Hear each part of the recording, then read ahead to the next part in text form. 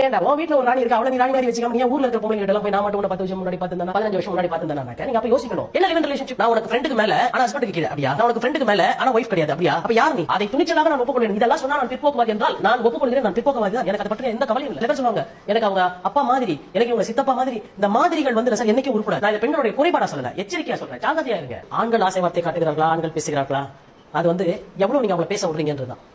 இப்ப நீங்க எங்கிட்ட நீங்க எவ்வளவு இடத்துல எது வரைக்கும் நீங்க பேச முடியும் சார்? நான் உங்களை எது வரைக்கும் பேச அனுமதிக்க முடிவு பண்ணணும் அது வரைக்கும் தான் நீங்க பேச முடியும். நீங்க ஒரு வார்த்தை எக்ஸஸ் பேசுறீங்க, சாரி நவீன் அங்க நில்லுங்க அப்படின்னு சொல்றது என் கையில இருக்கே தவிர உங்க கையில இல்ல இல்லையா? அப்ப பெண்களுக்கு என்ன ஆயிடுதுனாக்க கொஞ்சம் தங்களை பத்தி பாராட்டி புகழ்ந்து பேசினாக்க அதை நம்புறாங்க. நமக்கு ஃபர்ஸ்ட் ஒரு விஷயம் தெரியணும் சார். நம்மளுடைய பர்சனாலிட்டியை பத்தி ஒரு விமர்சனமா நீ ரொம்ப அழகா இருக்க அப்படியா இப்படியா சொன்னாங்க உடனே நம்ம அதெல்லாம் நம்பிட வேண்டிய அவசியம் இல்லை. தினம் நம்ம கண்ணாடி முன்னாடி பாத்துக்கலாம் நம்ம எவ்வளவு அழகு இல்ல பிசிக்கலா நான் சொல்றேன். அது வந்து நமக்கு தெரியும். அதை விட நம்ம உள்ளான பர்சனாலிட்டி ஒன்று இருக்குல்ல, அது எவ்வளவு ஸ்ட்ராங், அது எவ்வளவு வீக்ன்றது நமக்கு தெரியும். இது வெளியில இருந்து ஒருத்தர் நமக்கு விமர்சனம் பண்ணி சொல்ல வேண்டிய அவசியம் இல்லை. ஒண்ணு. ரெண்டாவது, சில பேர் பாத்தீங்கன்னாக்க நான் மட்டும் உன்னை 10 வருஷத்துக்கு முன்னாடி பார்த்திருந்தேன் என்ன பண்ணிருப்பேன், நான் வந்து ஒரு ராணி மாதிரி வச்சிருப்பேன் அப்படின்னு சொல்றாங்க. இதுல பல பேர் கல்யாணம் ஆனவங்க.